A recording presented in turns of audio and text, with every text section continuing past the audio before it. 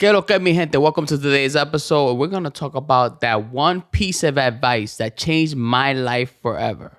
But before we get to that, I want to thank everybody for coming to this episode. Everybody that subscribed to the channel, thank you very much. I got monetized last week, so I'm really happy. I'm still like riding on the high horse. So thank you, everybody. Thank you, Paola.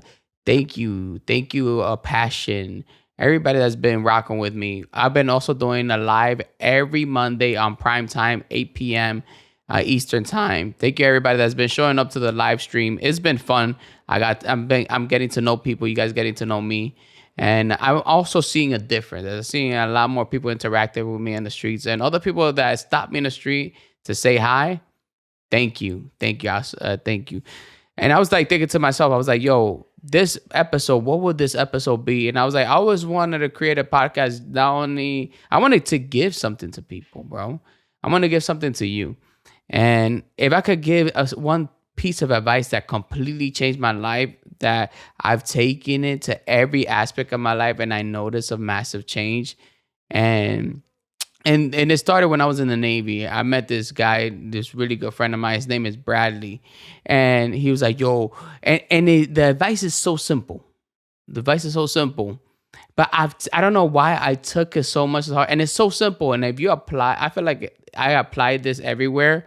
And I have to go back to that so many times.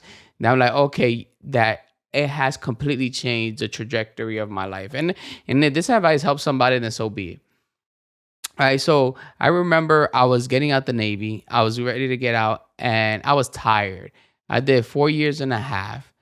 And 2011, I didn't see 2011 because we were out to sea a lot. That's when the tsunami happened in Japan, and I was one of the first responders. If you notice, I have a scar on my neck because I lost my thyroid. The whole ship was contaminated with radiation. Shout out to the Japanese people. I love the Japanese people. And I was like, yo, I need to get out. And my girlfriend left me at that time. She sent me a Dear John letter. If you don't know what a Dear John letter is, it's saying, you know what, this is not going to work for me. I was heartbroken. And I was ready to get out. And I remember like, I was telling one of my friends, I'm going to get out. I'm going to do real estate. I'm going to do this. I'm going to do that. And my friend was like, you know what? I got one piece of advice for you. If you do this one thing, everything's going to change for you. And I was like, what is it? And he was like, people don't get what they want because they don't ask. I was like, what? He's like, if you want to do a business deal and you want $5,000 more, ask for it. You know why you don't get what you want? Because you don't ask for it. That's one thing I learned. The worst thing anybody could tell you is no. I was like, you know what? That was deep. You're right. And when I left the Navy, I remember, somebody was looking for a person to do a video for Pero Like. And at the time, I was like really juggling what I want to do. I was doing stand up in San Diego, and they were like, we need a Caribbean guy to represent Dominican Republic and somebody that can make like a Dominican dessert made out of beans. And I was like, I'll do it, whatever. I went over there, I did the video. The video was a hit. And I just went as a participant. But I remember Bradley telling me, he said, Gadiel, people don't get what they want because they don't ask. And I say, and that's when I talked to them. I said, listen, if you guys need somebody to edit, you need some help, or I'm looking for a job too. Like, if you guys need anything, I'm here to help. Like, I could edit, I could do anything. And I didn't know how to edit. I ain't gonna lie. I didn't know how to do anything, bro. And they were like, yo, you know how to edit? I was like, yeah, I know how to edit. Do you know how to edit on Premiere? I was like, psst. I'm Dominican too. So I think there's also, you have to have like this thing inside of you that you gotta be like, yeah, I know how to do, even though you don't know shit, just say yeah. Say yes. When opportunities show up and be like, yo, Gadiel, you know how to do that? You know how to do that? Yeah, of course I know how to do that. And then when it comes to doing it, you got to figure it out. I remember they were like, we did the video, and I remember they called me up. They're like, Gadiel, this is for BuzzFeed. Like, do you know how to edit any videos? And I was like, yeah, I know how to do it. and you know how to do Premiere? I was like, yeah. And I'm like, you know what else I know how to do? And they were like, what else you know how to do? I said, I know camera angles. And they're like, what? I'm like, these people really don't know. They know less than I do. And I was like, I know camera angles. And they were like, oh shit, let me talk to my boss. And I talked to the boss. And they were like, oh, hey, Gadiel, do you know? And she was talking to me. I was like, listen, I know I need anything that you guys need done, I'm gonna do it. If you guys need me to make videos and also scrub the toilet, I'll do that too. Cause I just had that, I just want to be part of it. I know BuzzFeed was at his all-time high. We're talking about like the term viral came from BuzzFeed, right? And I saw this massive studio where they had cubes all over the place. I remember seeing Quinta for the first time. I remember seeing the Try Guys working out, like, and the Try Guys were like the cool kids. I'm just getting to know everybody. And they were like, "Can you start in 2 days?" I was surprised. I was like, "Hey, listen, I was living in San Diego. I was broke as hell. I was like, I will start next week, and I had to figure out a way to get up to LA. I slept in somebody's living room, like one of my homegirls' living room. Thank you, shout outs to her. Yeah, I slept in her living room for 2 months. For 2 months. Then after I left her living room, I rented out a room that was full, like cockroach infested. And then after that, I couldn't even live there no more, so I started living out of my car. And I was like, they're like, you know what it is to live out of your car and trying to figure out, going like, I don't know if I'm gonna make it. Like, no lie, there was nights you know how lonely it is to like leave work, come back home, live in a tiny ass cockroach infested room, and figure out if you're gonna make it tomorrow. Like, why am I doing this? When you're getting paid chump change because you're like basically an intern. I think they call it. It was not intern. They had a word for it. I forgot what it is. Uh, is a res. I can't think about the word right now. But bro, I spent depressed months when I was sleeping in my car. I was like, what am I doing? It was like a little Acura, uncomfortable, cold at night. I used to wake up next to a homeless guy. And I remember it was a homeless guy who was like an Afro Puerto Rican guy. He was like, hey, good morning. I was like, hey, good morning. In the morning, I used to give him money. Like, hey, tenga buen día. He's like, okay, tenga buen día. I was sleeping in the car. And, I'll give him some part of my clothes. I remember that. Hopefully, I ever run into him again. And I got the job. And I got the job because I asked.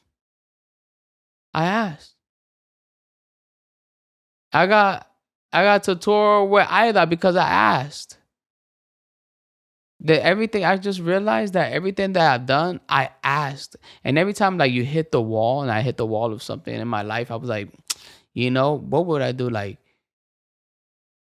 I just remember Bradley every single time telling me, if you want something that just ask for it. Ask for it.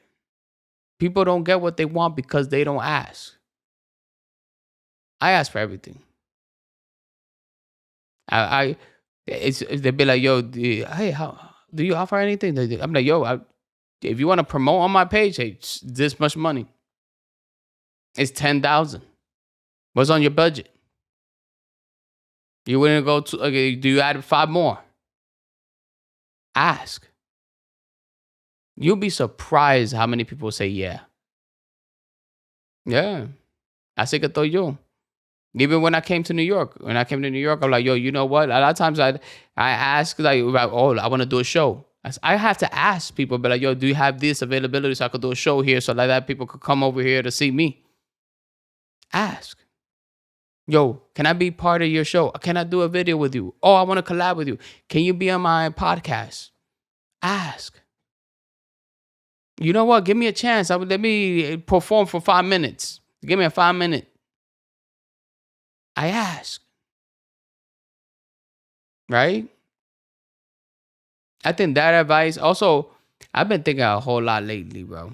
I've been thinking a lot. And I think I spent a long time. I've been reading this book called The Artist's Way. And The Artist's Way is all about like creating every single day. Writing down your thoughts. Right? And then one major advice that I seen there too, it says, oh,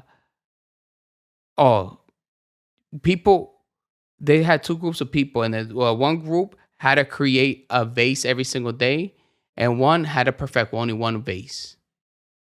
And they wanted to see who could make the most perfect vase within 30 days within these two groups.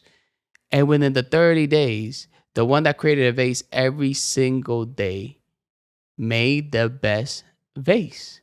The one that started from scratch. So a lot of times I'm like, and every time that, like, when I hit a wall and I'll go like, you know what? I don't know what to do right now.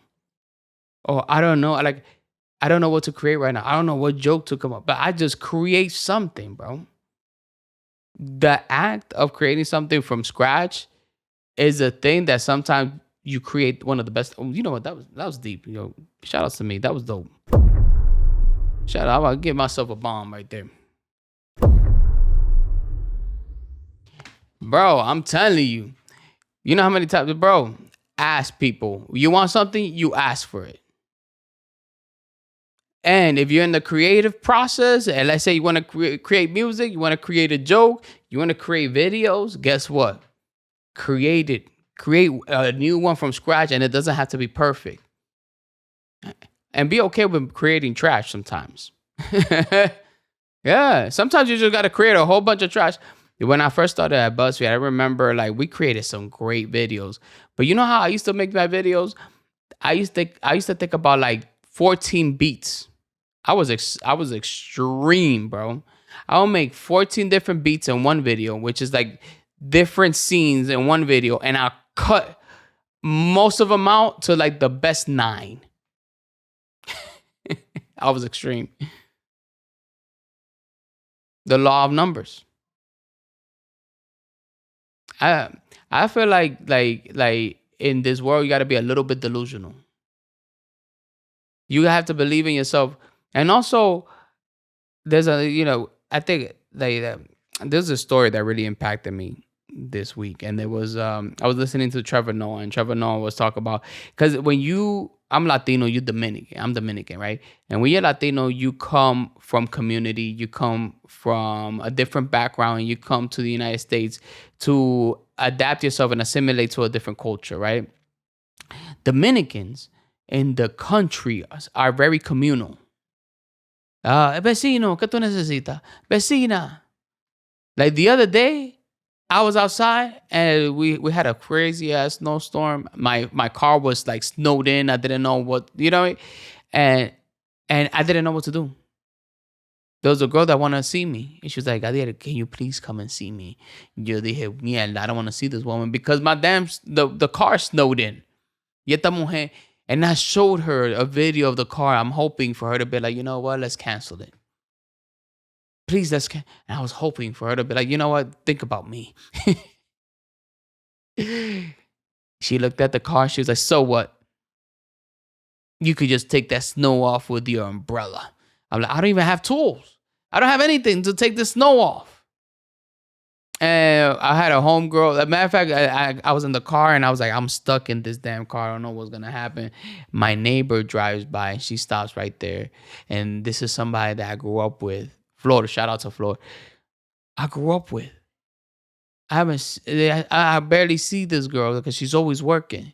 But we grew up as the kids. I used to play with her. She used to play with my sister when we were kids. I used to play with her older brother. Right? And I ain't gonna lie. You know how happy I was to see her face at nighttime? And she rolls out the window. And I was like, she's like, you gonna get out? And I was like, oh, girl, I don't know. I'm trying to get out. She's like, don't worry. And she was like, I had to take the snow off my car this morning. And she gave me a broom. And she's like, you could take it off with a broom. And she gave me her gloves. And I freaking scrape all that snow off. And I was like, oh shit, community helped me out at that moment when I mostly needed it. I was like, I don't know what's gonna happen. I don't know if I'm gonna go. I think I'm stuck here. But she showed up out of nowhere and helped me out because there's community. And that's how it is back in our country. It's very communal. And the story that I'm telling you about when it comes to Trevor Noah, he was talking about that there was this tribe. And the tribe, they grabbed somebody from the tribe and they took him back to the UK, right? And these tribesmen were like, "Oh, this is crazy! You guys got so many fancy things. Okay, there's a lot going on," but they weren't too impressed with everything, right? And the tribesmen, they were like, "Okay, so where are you guys going every single day? Because I've noticed that you guys are leaving the house every single day. The man is leaving the house. Where is he going?" And the guy was like, "I'm going to work." And he's like, but you guys leave all day, and then what about the family?" He's like, "You guys leave the family at home." He's like, "Yeah, we leave the family at home." And he's like, "Why can't you take the family with you?" He's like, then they're like, we can't take the family to work. They were like, "Why?" "We just can't. We just got to go to work, and we can't take our family there." He was like, "That doesn't make any sense. So you're gone all day away from your family. Why are you doing this?" "We're doing this for our family." Yeah, yeah. You're leaving your house to go to work away from the family to come back to give your family a better life. It's somewhere down the future. And they were like, "Yo," they told, but the tribe people, they weren't, they were like, "Oh shit, this is crazy. These people are crazy." But with all the, you know what the tribes people were most surprised about was about the meat. They're like, "Oh, you guys got meat ready to available. That's crazy. Like, you don't have to go out and hunt for it." Like, "No, it's always already. You just go to the store. That's cool."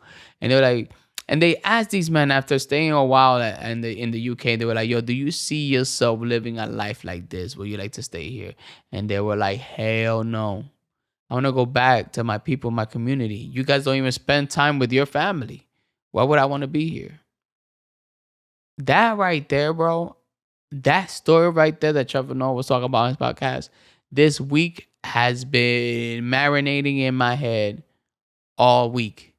Next couple of, because I think I changed my perspective because I'm always on the grind. I'm going, and I want more. I want more for my family. I want to retire my mother. I want to do all these things. But then I was like, am I going? I hate seeing a lot of my family members going to work, but I'm like, I hate not spending time with them. Like, sometime in the future, I want to do this for them. And I'm like, okay, am I putting the wrong thing? Am I valuing the wrong thing? And a lot of times, that's what we're doing. We're valuing the wrong thing, bro. We're valuing selling our time to somebody else. Yeah. Yes. Mm-hmm. And I know that I'm talking about like, yo, these are all advices. These are things that all I've been thinking about. But I think that also, that story right there gave me peace. It kind of rearranged my way of thinking. I'm like, you know what is most important? The people that are not going to be here one day. I want to look back and be like, you know what? We had some like wonderful memories. I want to spend time with my sister. I want to take her out to beautiful places. I want to have fun with my sisters. My sister was here. She was a police officer, and she spent the weekend here with me. And her having to leave, I freaking hating it. She had to go back to DC so she could be a police officer. I'm like, no, quédate aquí conmigo, con tu hermano. You know? I think it's very important to go after what you love. I think be the person to not be afraid to ask for what they want. But never lose sight of your family. Don't never lose sight what's most important. Because a lot of times we work so hard and we'll be like, oh, but we forget what we're doing it for. It's for the family. It's to spend more time with them. And if it's about spending more time with them, make that time. Make that time. There's something that I did this past week that completely, I feel like, changed. It changed a lot. And I feel like a big relief. I deleted my social medias.